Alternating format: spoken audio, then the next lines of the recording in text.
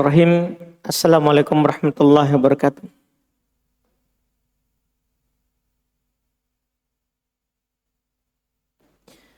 Innal hamdalillah nahmaduhu wa nasta'inuhu wa nastaghfiruh wa na'udzu billahi min syururi anfusina wa min sayyiati a'malina.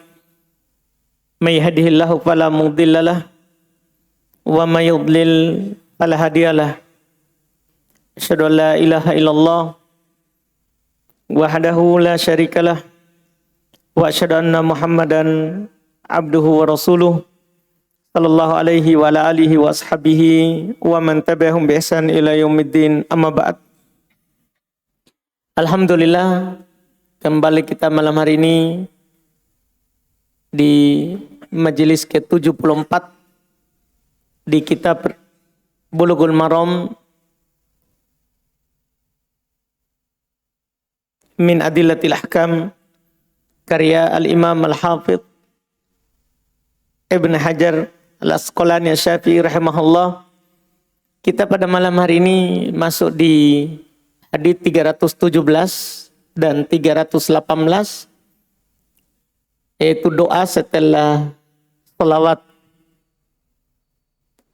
Dan kita langsung masuk di hadits tentang salam.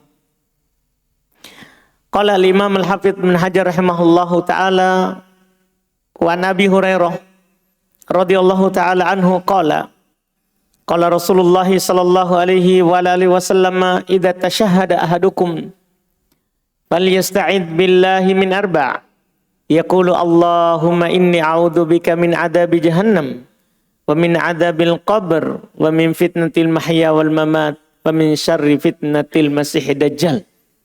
Muttafaqun alaihi. Wa fi riwayatil Muslim idza faragha ahadukum minat tasyahudil akhir.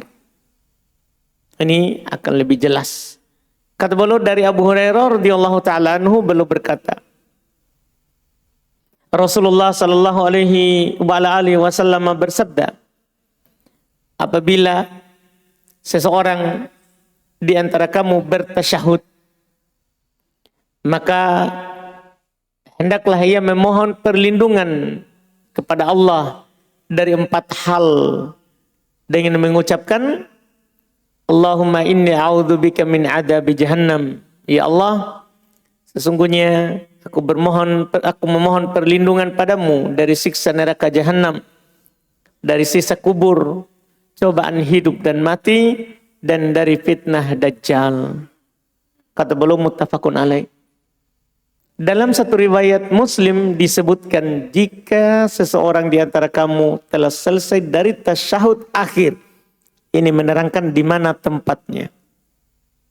Iya, sengaja beliau bawakan untuk menjelaskan tempatnya doa meminta perlindungan dari 4 perkara tadi. Kita baca lagi riwayat berikutnya karena ini sama.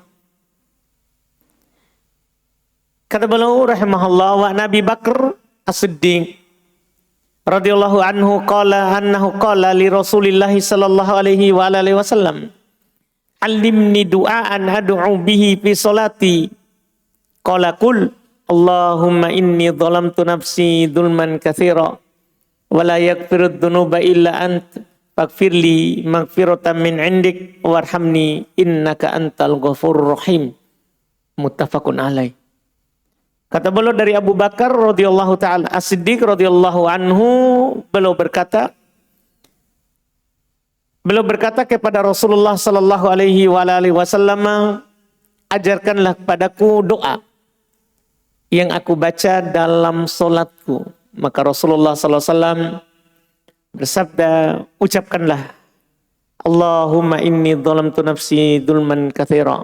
Ya Allah, sesungguhnya saya telah banyak menganiaya, mendolimi ya. Itu sudah bahasa kita. Mendolimi di sini maksudnya melakukan dosa. Iya, ania diri sendiri dengan melakukan dosa. Jadi beliau katakan, ucapkanlah, ya Allah, saya telah mendolimi diriku sendiri dengan kedoliman yang sangat banyak. Wala yaghfiru dzunuba illa ant, dan tidak ada yang mengampuni dosa kecuali Engkau. Faghfirli maghfiratan min indik, maka ampunilah aku dengan ampunan dari sisimu.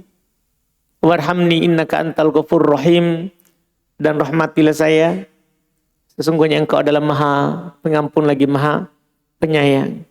Ini beliau bawakan dua doa setelah salawat, dan sekiranya beliau kedepankan hadits Ibnu Mas'ud juga, tapi beliau akhirkan di nomor berikutnya setelah salam malahan. Itu nanti hadits akan datang, la tada'anna dubura kulli salatin antakun Allahumma a'inni ala dzikrika wa syukrika wa husni ibadati. Tapi beliau akhirkan tentunya karena ada pendapat. Karena ada pendapat. Baik. Kita sumber hadis dulu. Hadis Abu Hurairah itu yang pertama, itu diriwayatkan oleh Imam Muslim di nomor 588, dalam lafaz Imam Al-Bukhari dengan dari perbuatan Nabi meminta perlindungan dari 4 perkara. Jadi ada perbedaan ya.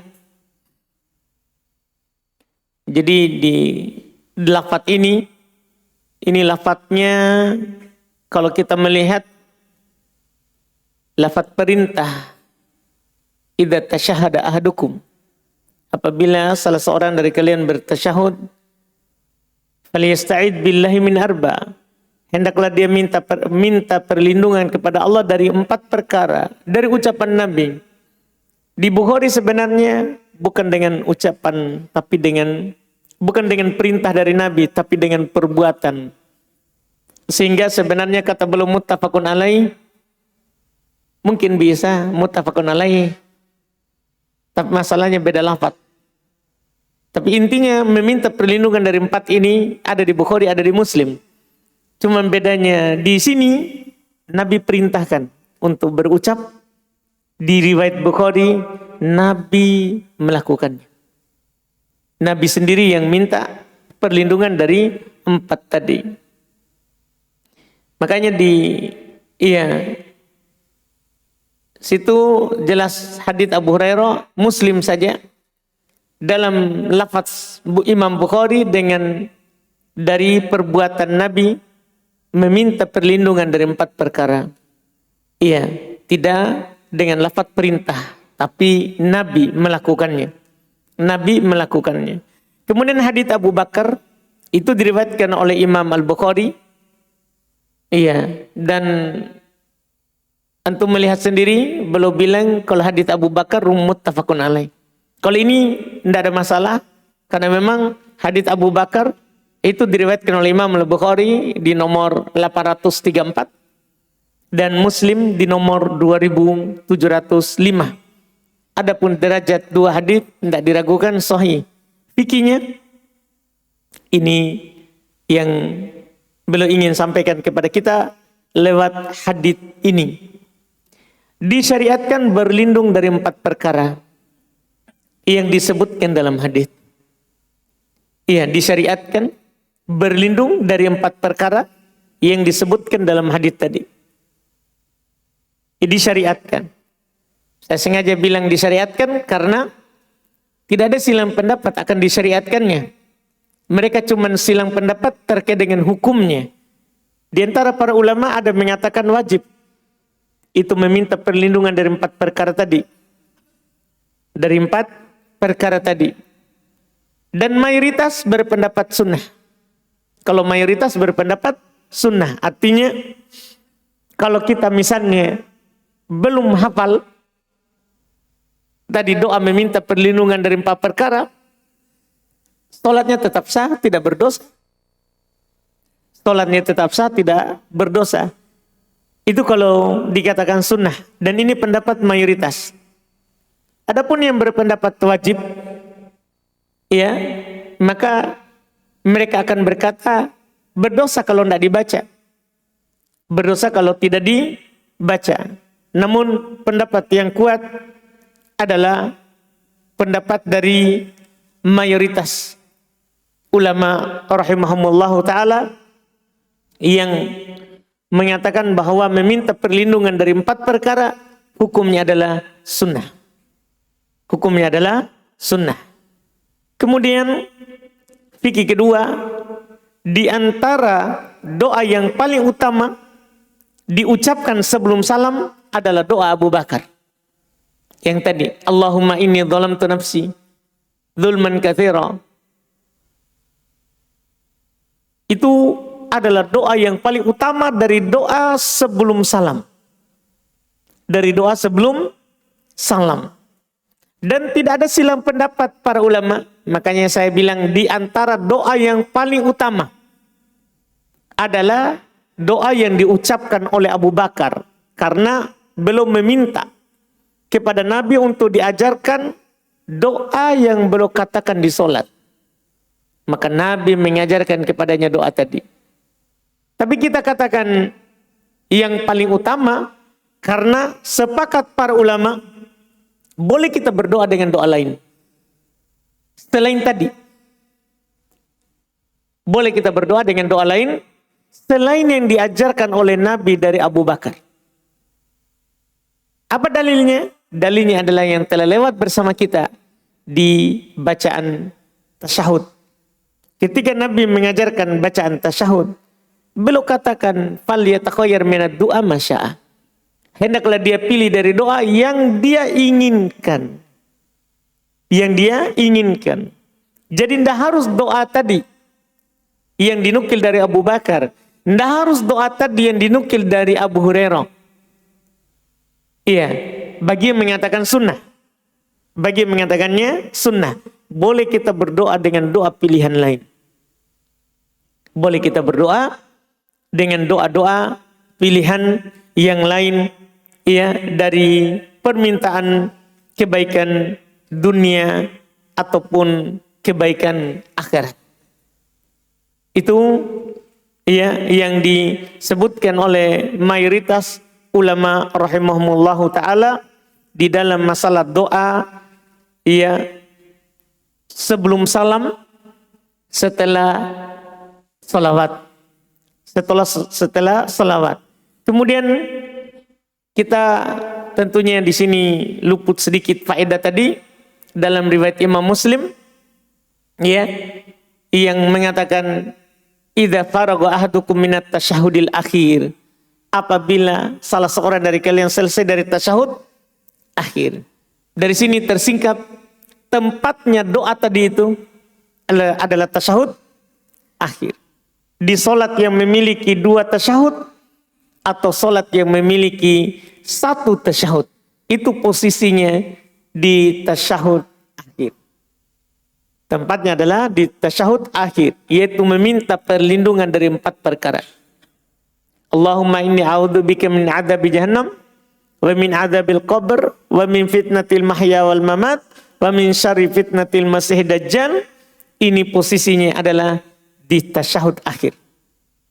Sebagaimana jelas dalam riwayat Imam Muslim rahimahullahu ta'ala. Setelah itu kita masuk di hadis tentang salam. Penulis hanya menyebutkan 1 hadis tentang salam. Dengannya ia selesai sifat solat Nabi. Kalau solatnya, setelah itu boleh akan membawakan hadis tentang dzikir setelah solat. Kata beliau rahimahullah di hadis 319, Wan Wa'il ibn Hujr radhiyallahu ta'ala anhu qala, "Shallaitu ma'an Nabi sallallahu alaihi wa ala alihi wasallam fa kana yusallim an yaminih. Assalamu alaikum warahmatullahi wabarakatuh. Wa an shimalih. Assalamu alaikum warahmatullahi wabarakatuh." Rawahu Abu Dawud bisanadin sahih. Kata beliau dari Wa'il ibn Hujr radhiyallahu anhu, beliau berkata, saya pernah sholat bersama Nabi sallallahu alaihi wasallam. Beliau salam ke sebelah kanan dan kiri. Beliau salam sebelah kanan dan sebelah kiri dengan ucapan Assalamualaikum warahmatullahi wabarakatuh. Itu kanan Assalamualaikum warahmatullahi wabarakatuh, kiri Assalamualaikum warahmatullahi wabarakatuh. Iya. Kata beliau riwayat Abu Daud dengan sanad yang sahih. Sumber hadis Wa'il ibn Hujr, diriwayatkan oleh Imam Abu Daud di Sunan Abu Daud di nomor 993. Derajat hadis sahih. Bahkan inilah riwayat yang sah dari Nabi terkait dengan salam. Kiri dan kanan Assalamualaikum warahmatullahi wabarakatuh. Dan riwayat dari Nabi. Adapun salam-salam yang lain itu diriwayatkan dari athar sahabat. Dari athar sahabat. Tentunya sangat jelas fikih hadis salam ini penutup solat, merupakan rukun solat. Kapan orang solat dan tidak salam, maka belum selesai solatnya dan tidak dianggap sah solat tanpa salam. Tidak sah solat tanpa salam. Iya. Karena memang dalam hadits Nabi sallallahu alaihi wasallam dari sahabat Ali bin Abi Thalib radhiyallahu taala anhu, kata beliau, miftahus shalah al-wudu wa tahrimuha takbir wa tahliluha taslim. Kunci daripada salat adalah wudu. Pengharamannya dari perbuatan selain salat adalah takbir, dan penghalalannya adalah taslim. Penghalalannya adalah taslim. Kalau seandainya belum bawakan hadis ini, hadis Ali bin Abi Thalib di riwayat Imam Ahmad, ini lebih menekankan akan hukum salam.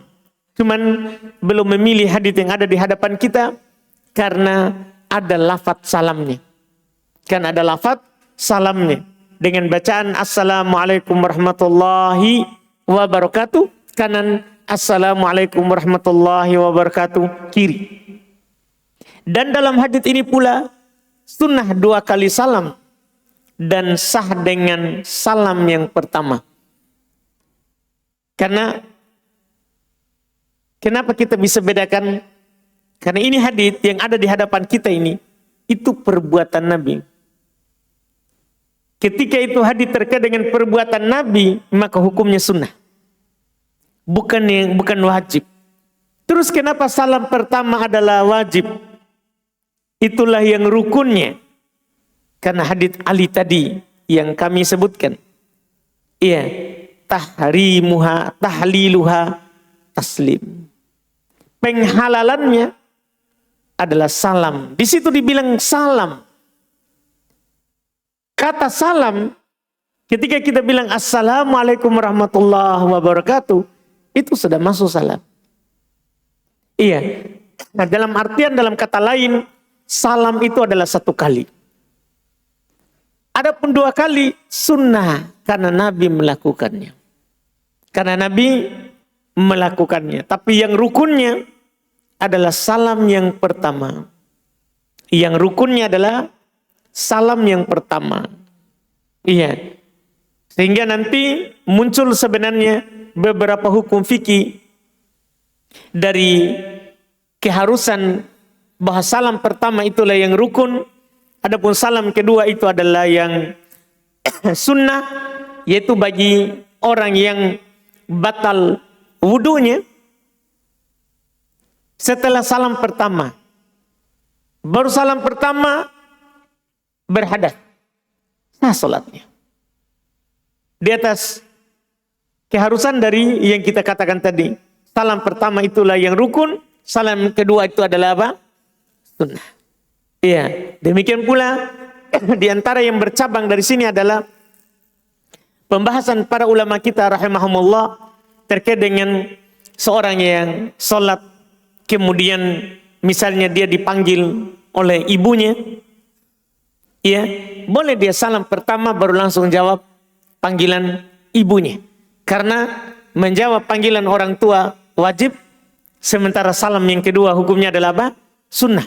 Banyak hal banyak hal di sini yang dibuat, yang jelas dibahas. Yang jelas pokok dasar adalah disyariatkan 2 kali salam. Cuman 2 kali salam itu beda hukum. Salam pertama itulah yang wajib, itulah yang rukun. Adapun salam yang kedua itu adalah sunnah di dalam solat. Itu adalah sunnah di dalam solat. Selesai. Ini terkait dengan solat. Setelah itu beliau akan sebutkan hadits terkait dengan zikir. Kata beliau rahimahullah, kita akan menyebutkan hadits 320 hingga 323. Wa anil Mughirah bin Syu'bah radhiyallahu ta'ala anna Nabiy sallallahu alaihi wa alihi wasallam kana yaqulu fi duburi kulli salatin maktubah la ilaha illallah wahdahu la syarikalah lahul mulku wa lahul hamdu wa huwa ala kulli syai'in qadir. Allahumma la mani' lima ataita wa la mu'ti lima mana'ta wa la yanfa'u dzal jadd minkal jadd.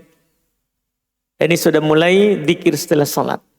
Kata beliau dari Al-Mughirah bin Syu'bah radhiyallahu anhu, beliau berkata bahwa Nabi sallallahu alaihi wa ala alihi wasallam pada setiap selesai salat fardu. Dari sini nanti terdapat faedah zikir itu hanya ada pada setelah salat fardu. Tidak ada pada salat sunnah. Iya. Dikir-dikir ini.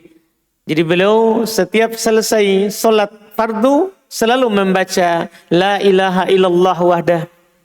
Tidak ada Tuhan yang berhak disembah selain Allah saja, tidak sekutu baginya. La syarikalah lahul mulku wa lahul hamdu. Ya, dialah Allah Subhanahu wa taala, baginya al-mulk, kerajaan, dan baginya pujian.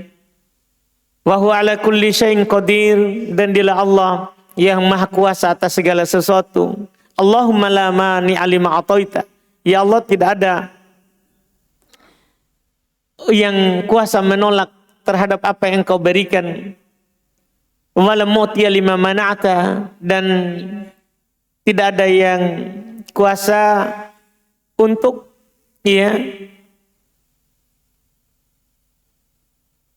menolak memberi, untuk memberi terhadap orang yang Engkau tahan. Wala yanfa'u dzal jaddi minkal jadd, dan tidak ada yang memiliki kekayaan, kemuliaan yang bisa memberi manfaat, yang bisa memberi manfaat. Artinya di sini kalau diterjemahkan per kata seperti itu, tapi karena kalau kita terjemahkan makna kalimatnya wala yanfa'u dzal jaddi minkal jadd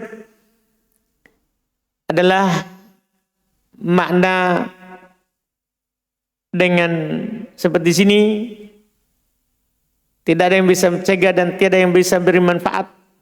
Segala keagungan, karena keagungan itu hanyalah dari Engkau. Itu makna la yanfa'u dzal jaddi minkal jadd. Cuma mereka biasa terjemahkan secara makna, tidak secara perkata. Ini di antara zikir setelah solat, nanti kita akan singgung di akhir. Zikir lagi yang berikutnya, An Sa'ad ibn Abi Waqqas, tadi dari Al-Mughirah bin Syu'bah. Ini dari Sa'ad ibn Abi Waqqas radhiyallahu ta'ala anhu qala inna Rasulullah sallallahu alaihi wa ala alihi wasallam kana yata'awwadu bihinna dubur shalah. Allahumma inni a'udzubika minal bukhli wa a'udzubika minal jubni wa a'udzubika min an uradda ila ardalil umur wa a'udzubika min fitnatid dunya wa a'udzubika min adzabil qabr. Nah, ini nanti yang masalah ya. Karena beliau sebutkan hadits ini dan hadits nanti. Allahumma a'inni ala dzikrika wa syukrika wa husni ibadatik, di posisi dzikir setelah salat. Ya, makanya nanti muncul perselisihan. Doa ini di mana posisinya? Doa ini di mana posisinya? Kalau tadi setelah salat. Kalau ini kata beliau dari Sa'ad bin Abi Waqqas radhiyallahu taala anhu, Nabi sallallahu alaihi wasallam setiap selesai salat memohon perlindungan dengan doa-doa, Allahumma inni a'udzubika minal bukhul. Ya Allah, aku berlindung kepadamu dari sifat kikir. Wa a'udzubika minal jubun. Aku berlindung kepadamu dari sifat jubun, ya, penakut.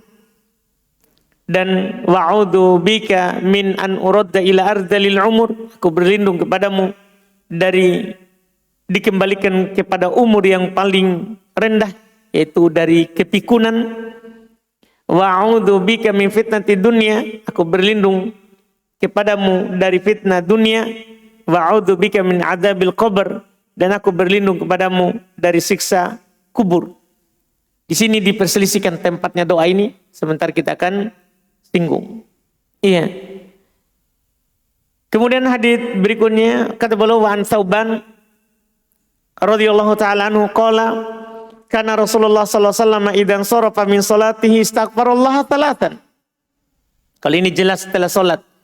Ini bermasalah sekali ini karena belum tempatkan hadits Sa'ad bin Abi Waqqas di sini setelah salam. Sebagaimana sebentar ya bermasalah beliau menempatkan haditsnya ya Mu'ad juga setelah salam.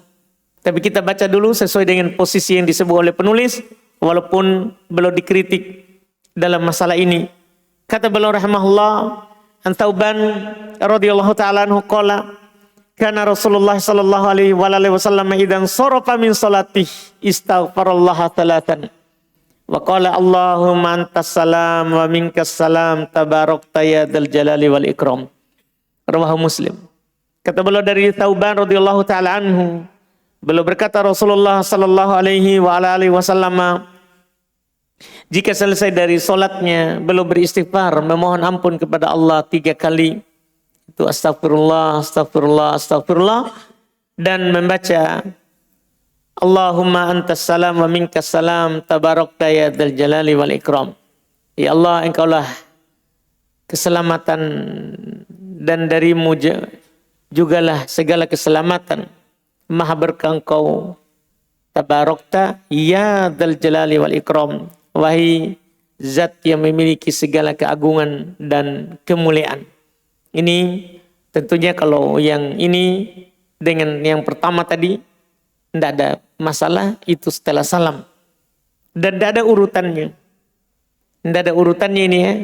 Boleh kita dahulukan hadits ini astagfirullah, astagfirullah, tapi dia pasangannya ini Allahumma antas salam wa minkas salam tabarakta ya dzal jalali wal ikram, ya. Atau kita mau dahulukan tadi yang paling atas, ya, haditsnya ini, ya,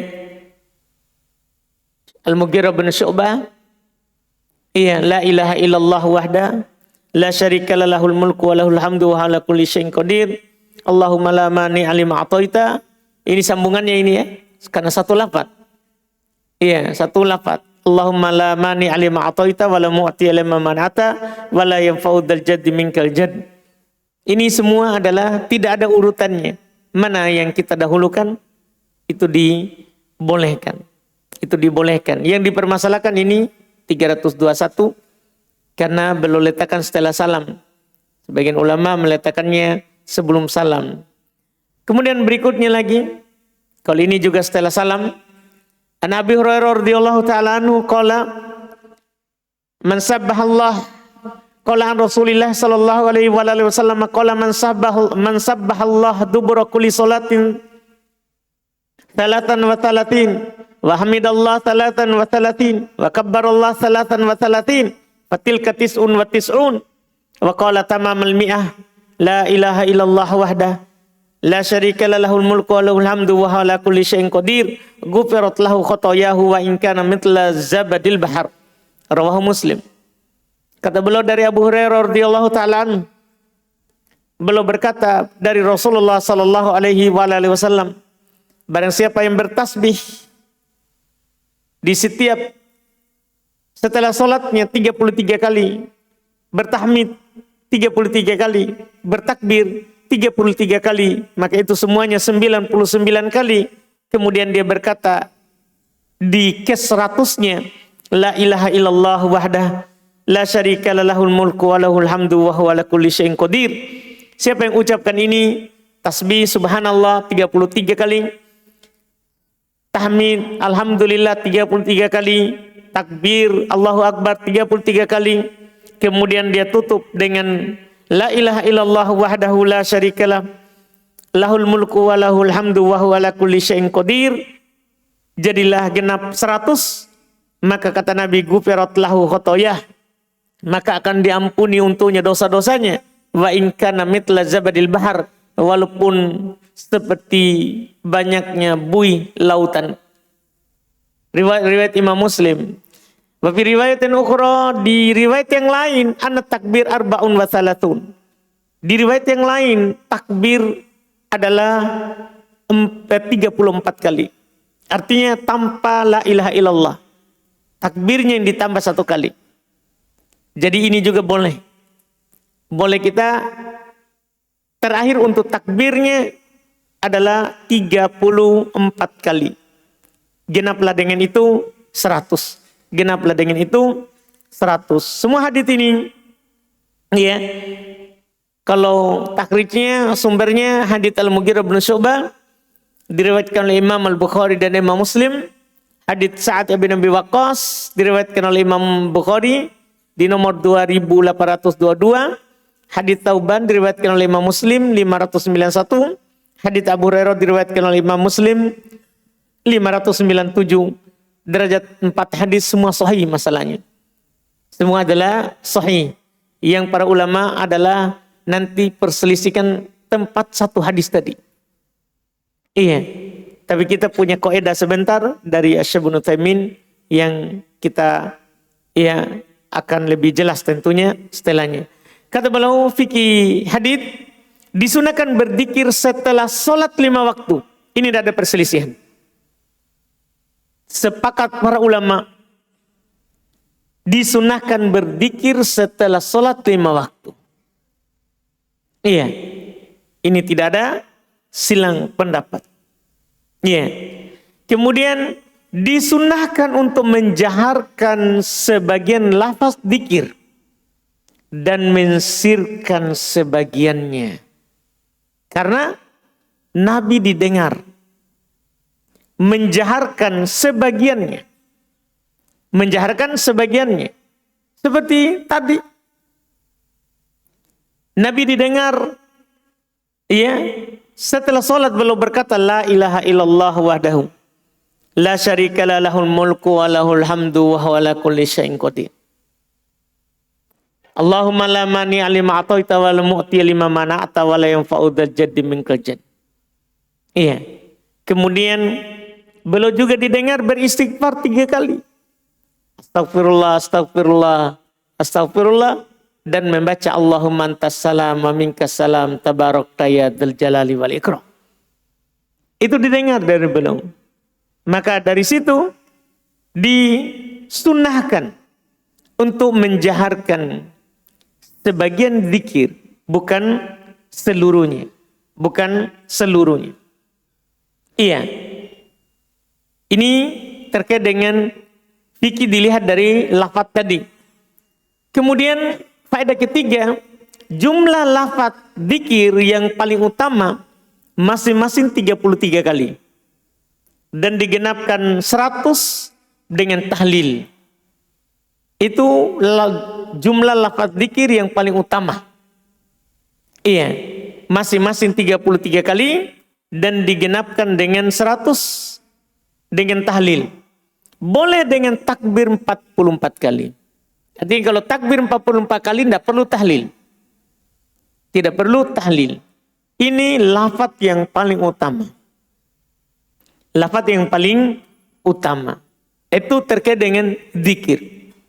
Kemudian para ulama yang di sini saya tidak masukkan sebagai faedahnya, ya, para ulama rahimahumullah itu memperselisihkan posisi ya hadits Sa'ad bin Abi Waqqas ini. Iya.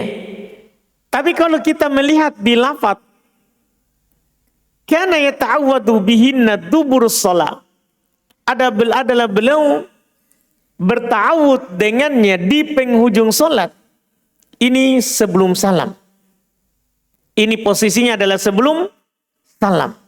Dan itu pendapat yang kuatnya. Walaupun Al-Hafidz Ibnu Hajar masukkan di sini karena memang ada yang berpendapat. Ada yang berpendapat bahwa doa ini dibaca setelah salam. Dibaca setelah salam. Sama dengan riwayat berikutnya nanti yang kita akan ambil di pertemuan pekan depan. Ada kaidah dari Asy-Syaikh Ibnu Utsaimin yang kita pegang supaya untuk memahami ini tentunya berdasarkan yang belum teliti. Kalau doa maka itu maksudnya sebelum salam. Kalau dzikir maka setelah salam. Itu kaidahnya. Iya. Ini tentunya berdasarkan penelitian beliau dari hadits Nabi secara ucapan dan secara perbuatan. Bahkan berdasarkan firman Allah Subhanahu wa taala. Karena terkait dengan setelah salat, maka yang Allah perintahkan adalah dzikir. Seperti ayat firman Allah Subhanahu wa taala, "Fa idza qadaytumus shalah fadhkurullaha qiyaman wa qu'udan wa 'ala junubikum." Ini nas kata Syekh Ibnu Utsaimin.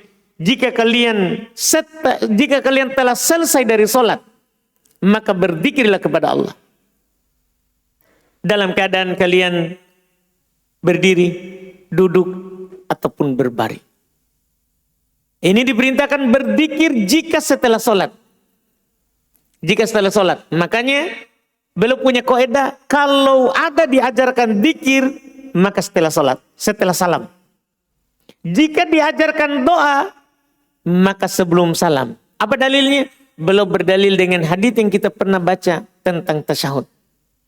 Setelah lafaz tasyahud belum bilang pilih doa. Berarti sebelum salam. Itu kaidah yang tentunya sangat bagus karena juga kata beliau tidak pernah Nabi berdoa setelah salam. Tidak berjamaah, tidak pula sendiri. Tidak berjamaah, tidak pula sendiri. Iya, ini yang benarnya dalam masalah ini dan itu sudah sangat bagus sekali apa yang dikatakan oleh Asy-Syaikh Ibnu Utsaimin rahimahullahu taala. Sama dengan nanti hadits yang berikutnya. Haditsnya Mu'ad yang belum letakkan juga di sini setelah salam. Ini bermasalah dikritik dari pendapat yang dilemahkan oleh mayoritas ulama rahimahumullahu ta'ala. Kita cukupkan dulu.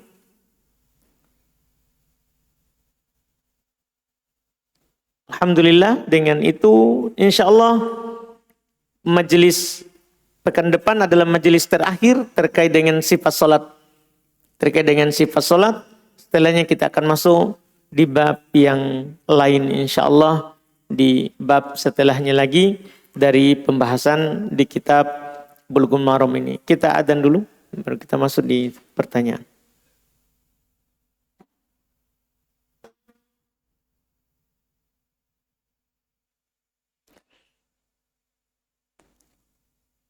Baik, kita masuk sini ada pertanyaan. Ustaz, bagaimana solusi terbaiknya?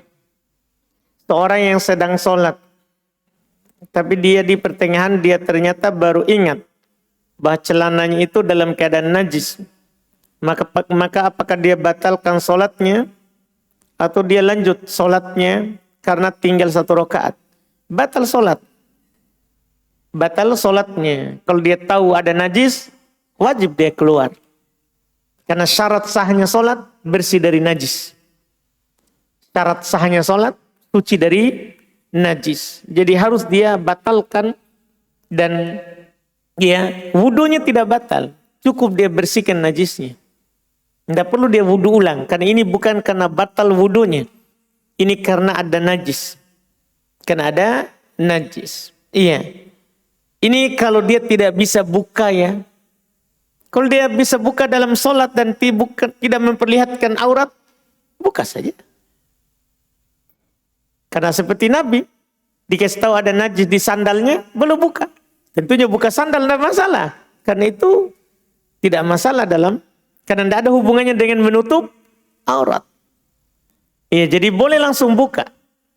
Boleh langsung dibuka kalau tidak ada kaitannya dengan membuka aurat. Kalau ada kaitannya dengan membuka aurat, maka tentunya harus dia keluar. Dia bersihkan dulu najisnya, baru dia kembali masuk sholat. Wallahualam. Apakah hanya doa meminta 4 perlindungan itu yang khusus waktunya? Dalam artian pada tasyahud awal boleh berdoa dengan doa yang diinginkan. Iya, itu lafaz hadis yang kita telah ambil. Adapun ta'awud dengan 4 berlindung dari 4 perkara, itu jelas dalam riwayat Muslim, itu di tasyahud akhir. Apakah termasuk bid'ah beristighfar setelah sholat sunnah?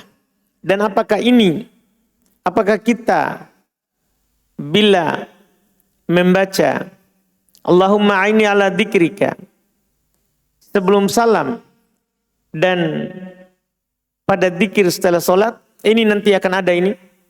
Pas hadis setelahnya tadi, ini hadisnya ini kita belum sempat baca. Ini yang dipermasalahkan oleh para ulama, posisi peletakan Al-Hafidz Ibnu Hajar. 2 hadis. Ini tadi yang sudah lewat, ia meminta perlindungan dari fitnah, termasuk tadi fitnah dunia, itu dipermasalahkan.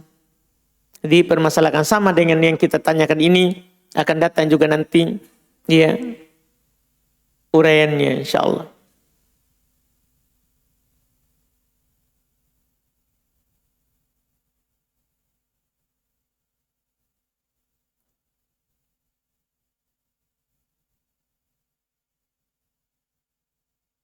Di daerah kami ada seorang yang mengundang beberapa jemaah dan 1 orang ustadz untuk berdoa bersama untuk si mayit. Kata mereka, ini mengirimkan doa kepada orang tuaku. Mohon penjelasannya ustadz. Tidak ada hadis terkait dengan mendoakan mayat yang bisa bermanfaat kecuali hadis Abu Hurairah. Masalah doa ya, masalah doa. Satu-satunya doa yang ada akan bermanfaat untuk si mayat adalah hadis Abu Hurairah. Nabi SAW bersabda, "Idza matal insan inqata'a min amalihi illa min thalath." Jika seorang itu meninggal, terputus amalannya kecuali 1 dari 3. Di antara yang disebutkan adalah awwaladun soleh yad'ulah, atau anak soleh yang mendoakannya, anaknya. Iya, adapun berkumpul untuk mendoakan si mayat, ini tidak ada dalilnya sama sekali. Yang ada adalah anak soleh mendoakan orang tuanya. Ini yang tidak akan terputus bagi orang tua walaupun dia telah meninggal. Doanya anaknya. Doanya anaknya.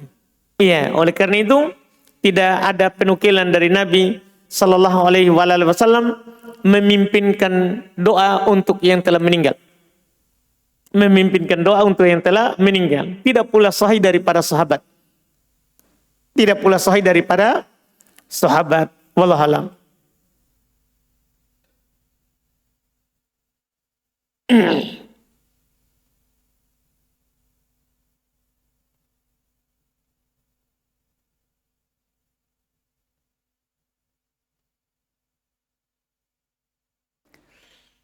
Di sini dikatakan, kenapa dikatakan sebagian lafaz dzikir yang dijaharkan, sebagian disirkan. Padahal Ustadz di hadits Ibnu Abbas menyebutkan anna raf'as saut bidzikir haitu yansarifun nas minal maktubah. Iya, kita pahami hal itu, tapi kalau kita melihat dari Nabi Sallallahu Alaihi Wasallam, iya, beliau tidak menjaharkan semua dzikirnya. Adapun hadis yang kita sebutkan ini tidak bertentangan. Raf'as saut bidzikir, ketika manusia selesai dari salat maktubah. Maksudnya yang pertama itu tadi. Astagfirullah, astagfirullah. Itu yang dimaksud. Allahumma antas salam wa minkas salam. Itu yang dimaksud. Iya. Karena apa yang kita katakan ini, kenapa kita arahkan ke situ? Karena para sahabat juga pernah menjaharkan semuanya. Mereka bertakbir, mereka bertasbih. Tapi Nabi mengatakan, irba'u ala anfusikum. Pelan. Iya. Rendahkan kepada diri kalian. Jadi kita tidak bisa pertentangkan ini semua hadis sahih. Iya. Bahkan beliau mengingatkan bahwa kalian tidak berdoa kepada yang tuli. Sehingga harus kita berteriak-teriak, harus kita keraskan. Iya. Jadi ada hadis yang lain yang kita tidak tahu sehingga kita kompromikan. Karena ada yang Nabi anjurkan untuk direndahkan. Ada yang Nabi anjurkan, Nabi sendiri ada yang belum angkat suaranya. Makanya kita bilang sebagian diangkat, sebagian ditirkan. Untuk memkompromikan hadis. Untuk mengkompromikan hadis dari Nabi sallallahu alaihi wasallam.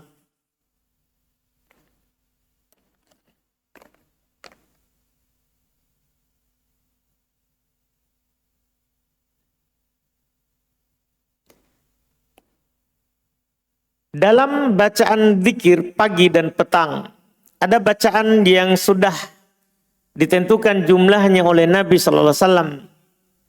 Seperti subhanallah wa bihamdi 100 kali, astagfirullah wa atubu ilaih 100 kali, dan juga lainnya. Pertanyaan saya, apa hukumnya jika seorang sengaja baca lebih? Apakah jumlah itu satu pembatasan? Dan jika seorang membaca lebih, maka dia telah berbuat gulu dalam agama? Iya. Kalau angka, disebutkan angka ya kita baca dengan angka itu. Kalau sahih dari Nabi. Kalau sahih dari Nabi, maka yang disebutkan angkanya, maka Nabi tidaklah sebutkan kecuali ada pembatasan. Kecuali ada pembatasan. Iya, kita pakai angka yang disebutkan oleh Nabi. Jangan dilebihkan. Jangan dilebihkan. Iya. Ini kalau ada penyebutan angka. Sahih angka tersebut. Sengaja saya bilang sahih. Karena kalau tidak sahih berarti kita tidak berdalil dengan angka. Kita tidak berdalil dengan angka tersebut karena dhaifnya. Karena dhaifnya. Atau terdapat indikasi dalam lafaz bahwa ini angka dalam bab tanawu. Karena disebutkan di lafaz lain ada angka yang lebih dari itu. Misalnya ada angka yang Nabi sebutkan dalam dzikir tadi, tasbih, tahmid dan takbir 25. Tapi di riwayat lain 33. Berarti kita boleh 25, boleh 33. Dan tidak ada penukilan lebih dari 33. Nah, itu dia. Kita tidak boleh melewatinya. Iya, dari 33. Dari 33. Itu yang dilihat nanti. Kita butuh ini untuk menjawab pertanyaan kita ini. Kita kumpulkan jalur hadits. Apakah angka itu adalah angka pembatasan atau angka itu adalah bukan angka pembatasan? Tapi dalam bab tanwi jenis, ia diragamkan, kadang ini, kadang itu.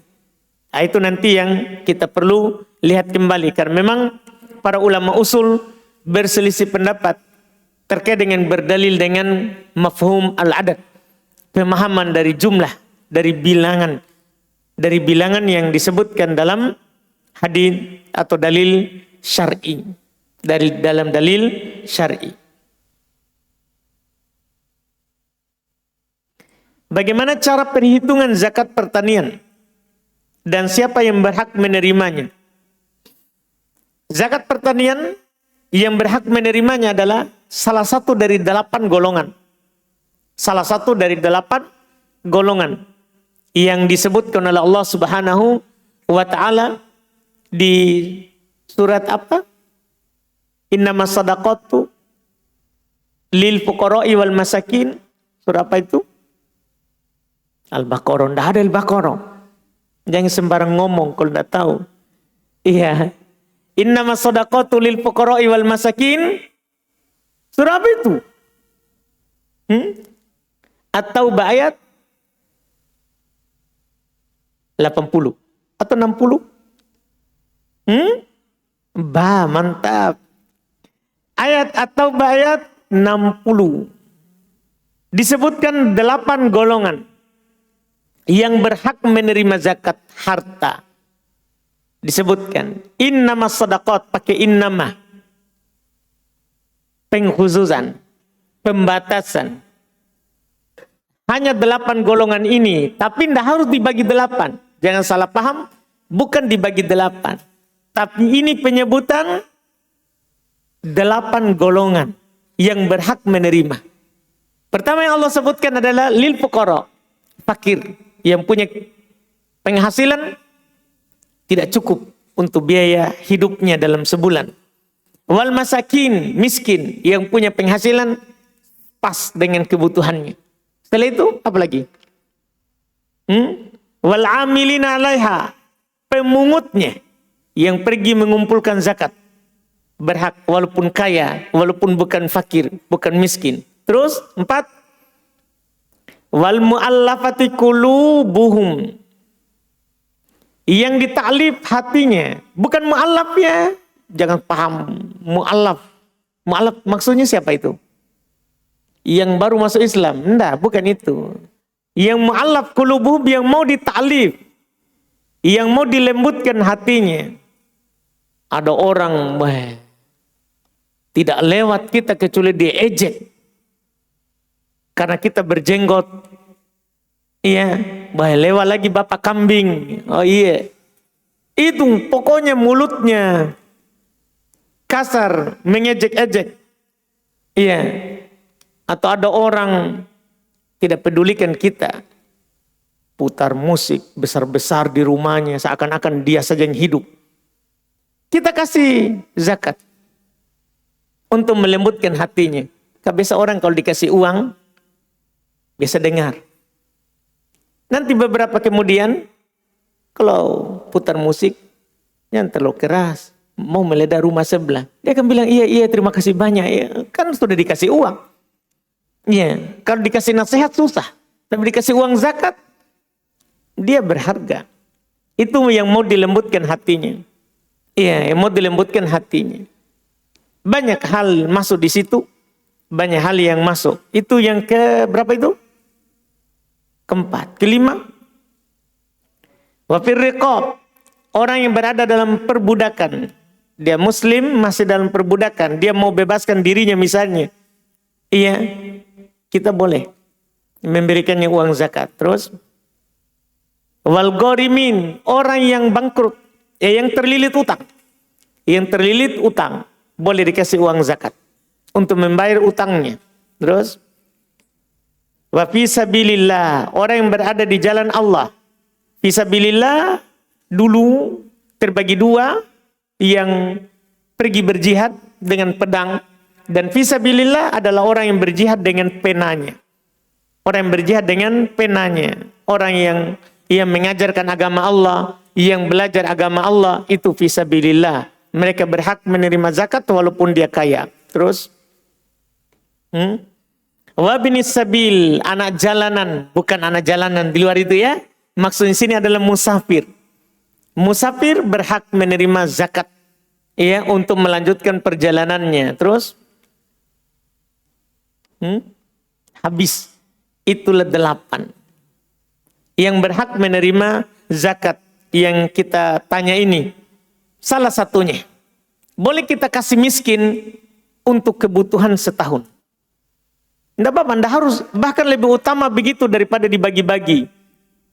Dibagi-bagi zakat pertanian, di sini 10 liter, di sini 10 liter. Tidak, kasih saja, tanya berapa karung kebutuhanmu setahun. Ya, 1 truk. Bawa saya ke rumah 1 truk. Itu dia lebih utama daripada kita bagi-bagi. Kita kasih saja dia langsung kebutuhan setahun. Dibolehkan. Dibolehkan. Tahun depan kasih lagi zakat kebutuhannya setahun berikutnya. Alhamdulillah. Kemudian perhitungannya tergantung. Tada hujan atau pengairan gratis. Jelas nisabnya adalah 900 kilo di hitungan Syebimbas. 900 kilogram terendahnya. Di hitungan Syebimbas. Kalau Syekh Ibnu Utsaimin 750 kilo sudah wajib keluar zakat. 750 kilo sudah wajib keluar zakat. Jadi terendah adalah 750 kilogram. Di hitungan Syekh Ibnu Utsaimin Syebimbas 900 kilogram. Hasil panen segitu maka wajib keluar zakat. Kalau dia tak ada hujan, pengairan gratis, maka zakatnya 1/10. Bagi saja 10 hasilnya zakat. Kalau kita punya 1 ton, keluarkan 100 kilo. Karena 1 ton itu 1000 kilo. 1000 kilo bagi 10, hasilnya nanti yang keluar 100. 100 kilogram yang dikeluarkan. Kalau kita punya lebih dari itu, maka lebih.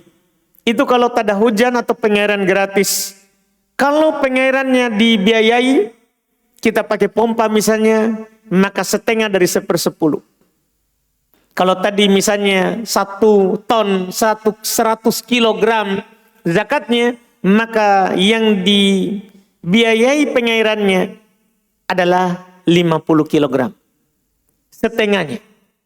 Setengah dari yang diairi oleh hujan atau pengairan gratis. Wallahualam.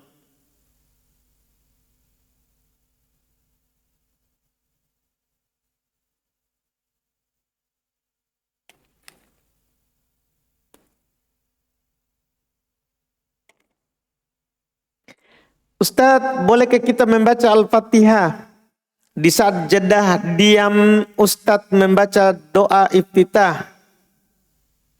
Jadi kita lebih dulu selesai membaca Al-Fatihah dibandingkan imam. Tidak boleh. Tidak boleh. Ini hanya boleh memilih ikut imam atau setelah amin. Tidak boleh mendahului imam di sholat jahriyah. Di sholat jahriyah tidak boleh kita mendahului imam bahkan dalam membaca Al-Fatihah. Dalam membaca Al-Fatihah. Wallahu alam.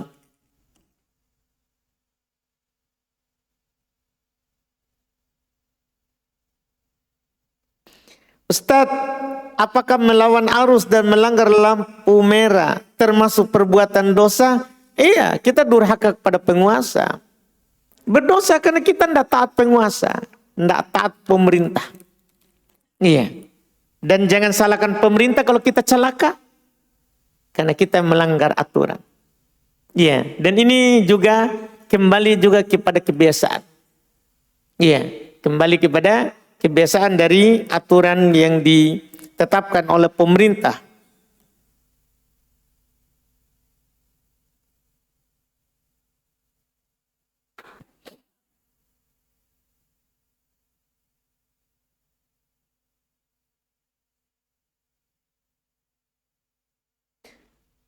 Sini Ustadz, status orang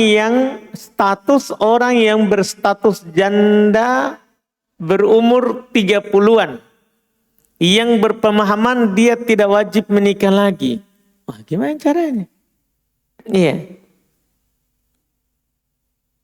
Jangan 30, kita berumur 40. Dinukil Nabi menikahi Khadijah. Itu lebih tua dari beliau. 15 tahun. Iya, 15 tahun. Dan juga belum menikahi Sauda. Sauda Nabi waktu itu berumur 50 tahun. Nabi berumur waktu itu 50 tahun. Sauda lebih tua dari beliau 5 tahun. Berarti berapa itu Sauda umurnya? 55. Kita masih 30. Gasmi, bismillah. Iya. Kalau ada yang melamar, ini masih muda ini. Masih bisa punya 10 anak. Kenapa kita berputus asa dari menikah? Jangan. Iya. Nabi itu tadi, Nabi menikahi perempuan sudah berumur. Iya, sudah berumur, bahkan lebih berumur daripada beliau. Sallallahu alaihi wa alihi wasallam. Jadi kita walaupun berumur 30, jangan. Kalau ada yang datang melamar, terima saja. Ya, terima saja. Karena ada pahala yang didapat ketika kita menikah dengan tidak punya pasangan. Ya, seorang perempuan kalau dia punya suami, maka surganya itu adalah di suaminya. Karena ketaatan dia terhadap suaminya itu akan mengantarkan dia kepada surganya Allah Subhanahu wa taala. Iya. Kemudian pertanyaan berikutnya ini, Ustaz tolong jelaskan dalil akan tidak adanya penyakit yang menular. Tapi ada juga dalil yang mengatakan kita disuruh menghindar dari penyakit yang dianggap menular. Iya. Ini iya, yang kita tanya ini kan satu hadis ini ya. Satu hadis sebenarnya, walaupun ada juga riwayatnya yang berbeda. Ada juga riwayatnya yang berbeda, tapi ada satu lafaz dari Nabi kita sallallahu alaihi wa ala alihi wasallam terkait dengan penyakit. Apakah ada penyakit yang menular atau tidak ada? Karena juga Nabi mengatakan tidak ada yang menular. Kemudian Nabi sallallahu alaihi wa ala alihi wasallam menyuruh kita untuk menghindar dan lari dari penyakit yang menular, dari penyakit yang menimpa. Ini ada satu lafaz hadis dari Nabi sallallahu alaihi wasallam. Beliau jelas mengatakan, riwayat siapa saya lupa, supaya kita lihat yang meriwayatkannya. Ini ada di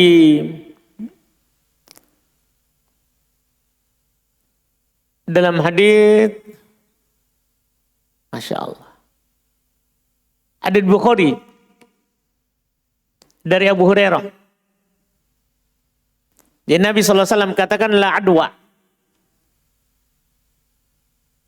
La adwa. Tidak ada penyakit menular. Tapi setelahnya Nabi bilang, wa firru minal majdzum kama tafirru minal asad. Larilah dari penyakit kusta. Menghindarlah dari penyakit kusta seperti kamu lari dari singa. Jadi dalil yang kita tanyakan ini satu hadis. Awalnya Nabi bilang tidak ada penyakit menular. Tapi di akhirnya Nabi bilang lari dari penyakit kusta. Seakan-akan awalnya bertentangan dengan akhirnya. Dan ini disebutkan oleh Imam Syafi'i dan yang lainnya, tidak ada pertentangan. Iya. Awal sudah benar, tidak ada penyakit menular. Adapun akhir disuruh lari, supaya nanti kita tidak berkeyakinan bahwa kita sakit karena penularan. Kenapa kita bisa katakan begitu? Karena ketika Nabi SAW katakan la adwa, ketika beliau mengatakan tidak ada penyakit yang menular, ada seorang Arab pedalaman yang mengatakan kepada Nabi Shallallahu Alaihi Wasallam di riwayat Bukhari sendiri, di riwayat Imam Al Bukhari, dia berkata, ya Rasulullah, fama balul ibil takunu fir raml, ka'anha dabba, fayuqalituha al ba'ir al ajrab, fayujribuha. Wahai Rasulullah, Gimana tentang onta? Tadinya dia sehat, kemudian dia bergabung dengan onta yang berpenyakit, langsung dia sakit kulit. Dia bilang begitu. Berarti secara pandangan kita, berarti ini ditulari oleh yang sakit. Kan begitu? Maka Nabi cuma bertanya kepadanya di dalam hadits Abu Hurairah riwayat Bukhari, "Faman a'dal awal?" Kalau begitu, siapa yang menularkan yang pertama? Siapa yang menularkan yang pertama? Ya, yang pertama adalah sakit karena ada penyakit yang turun dari langit. Maka yang kedua juga seperti itu. Bukan karena menular. Makanya untuk menjaga keyakinan, kita menghindar dari orang sakit. Supaya nanti kita jangan sampai sakit dan kita berkata, saya sakit karena duduk di samping orang sakit. Enggak. Itu namanya untuk menjaga keyakinan. Itu satu hadis yang kita tanyakan ini adalah satu dalil. Satu dalil. Wallahualam.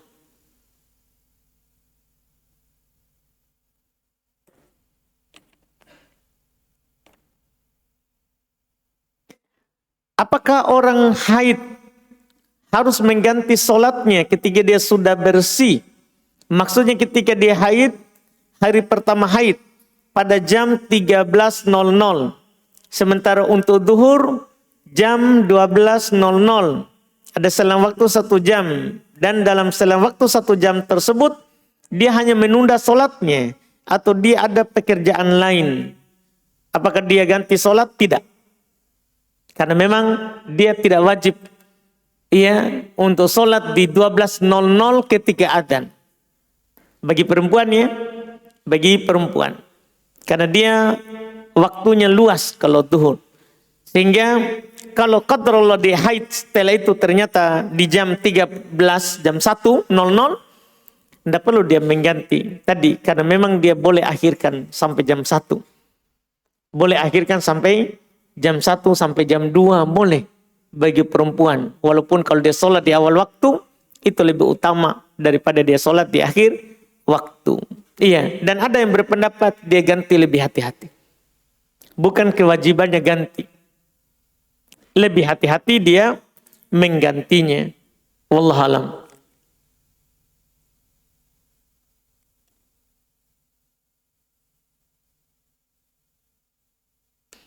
Ustadz, ada perusahaan, Masya Allah ini, yang berminat menyewa ruko kami dengan kesepakatan 60 juta per tahun. Namun di kwitansi saya disuruh tanda tangan dengan nominal harga 60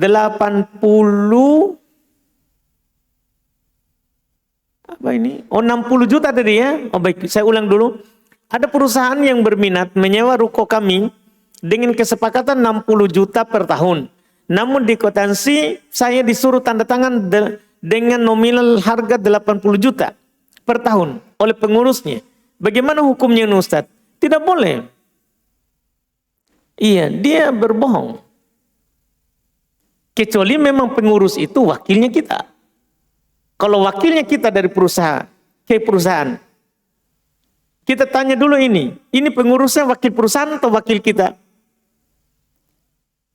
Kalau wakil dari kita, enggak apa-apa kita kasih naik kan? Artinya kita kasih untung yang menguruskan rukota ke perusahaan itu. Enggak apa-apa. Kamu kalau dapatkan pelanggan, kamu kan wakil saya. Yang penting saya bersih 60. Enggak apa-apa kamu dapat 20 misalnya. Tanda tangan di atas itu, enggak apa-apa. Kalau wakilnya yang punya ruko, wakilnya ini yang punya.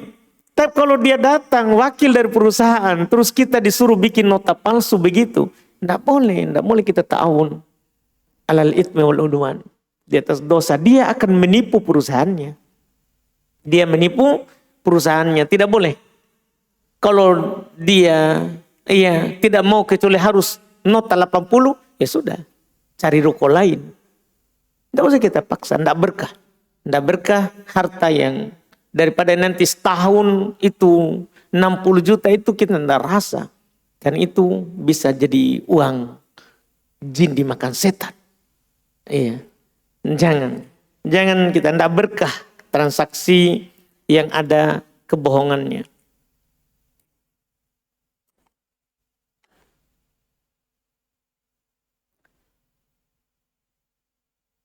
Mana penggunaan tangan kanan sesuai sunnah yang benar. Misal, menuangkan hand body di tangan kanan, lalu mengusap dengan tangan kiri. Atau menuangkan hand body ke tangan kiri, lalu diusap dengan tangan kanan. Masya Allah, biar begini kita tanya ke saya, Ding. Alhamdulillah. Koedanya, ketika kita melihat hadits Nabi, riwayat Bukhari ya, dan Muslim, dari Aisyah radhiyallahu taala anha, kata Nabi SAW, kata Aisyah, kana Nabi sallallahu alaihi wasallam yu'jibuhu tayammun. Ini hadits pokok dalam masalah ini. Adalah Nabi SAW suka mendahulukan yang kanan. Fitana'ulihi wa tarajjulihi wa tatahhurihi wa fi sya'nihi kulli. Nabi suka mendahulukan yang kanan di dalam bersisir, di dalam bersandal, di dalam bertoharonya, belum mendahulukan yang kanan. Dan di penutup hadis dikatakan dalam setiap keadaannya. Ya, masuk tadi pakai hand body. Ya kan? Pakai yang dahulukan yang kanan. Dahulukan yang kanan, pakai yang kanan. Satu-satunya yang dikecualikan oleh para ulama adalah kecuali di tempat yang tidak ada pemuliaannya. Maka yang kiri. Yang kiri, masuk WC, kiri. Iya, itu namanya tempat yang tidak ada pemuliaannya.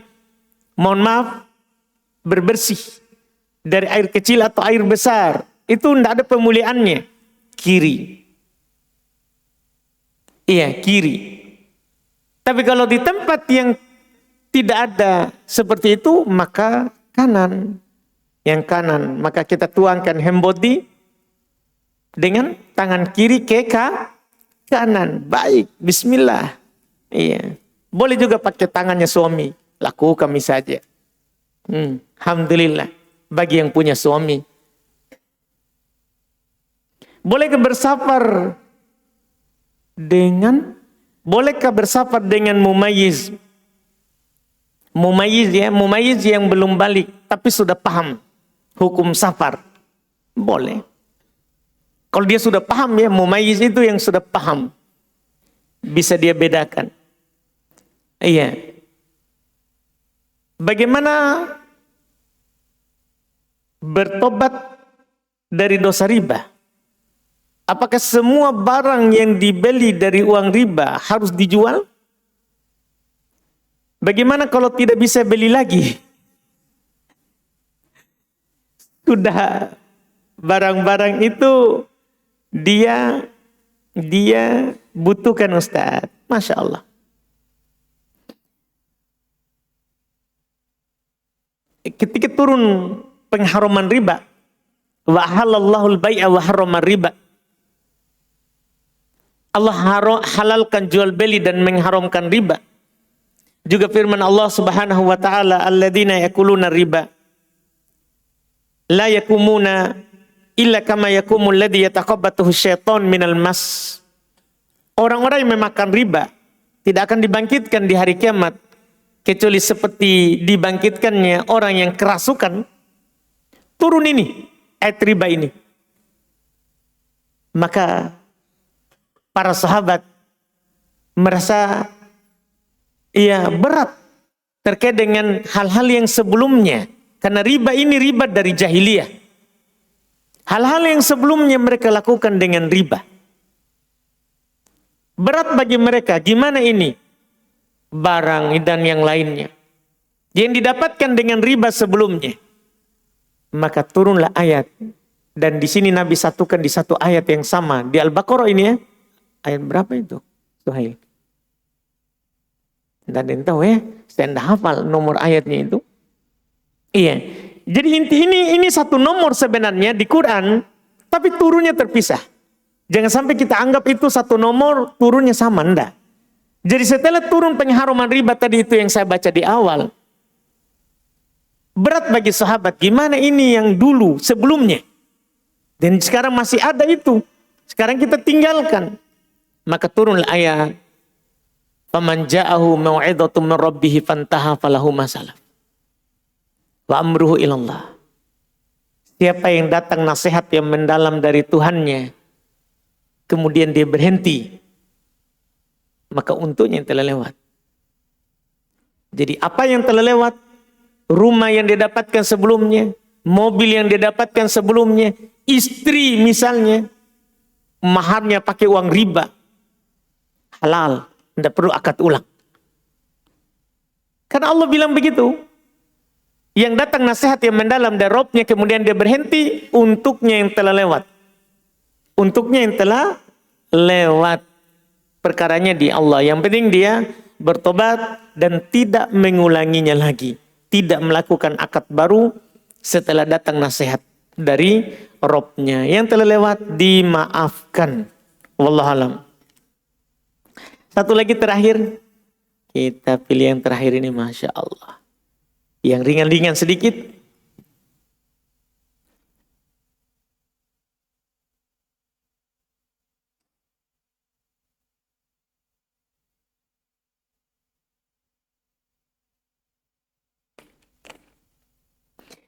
Ustadz, ini terakhir.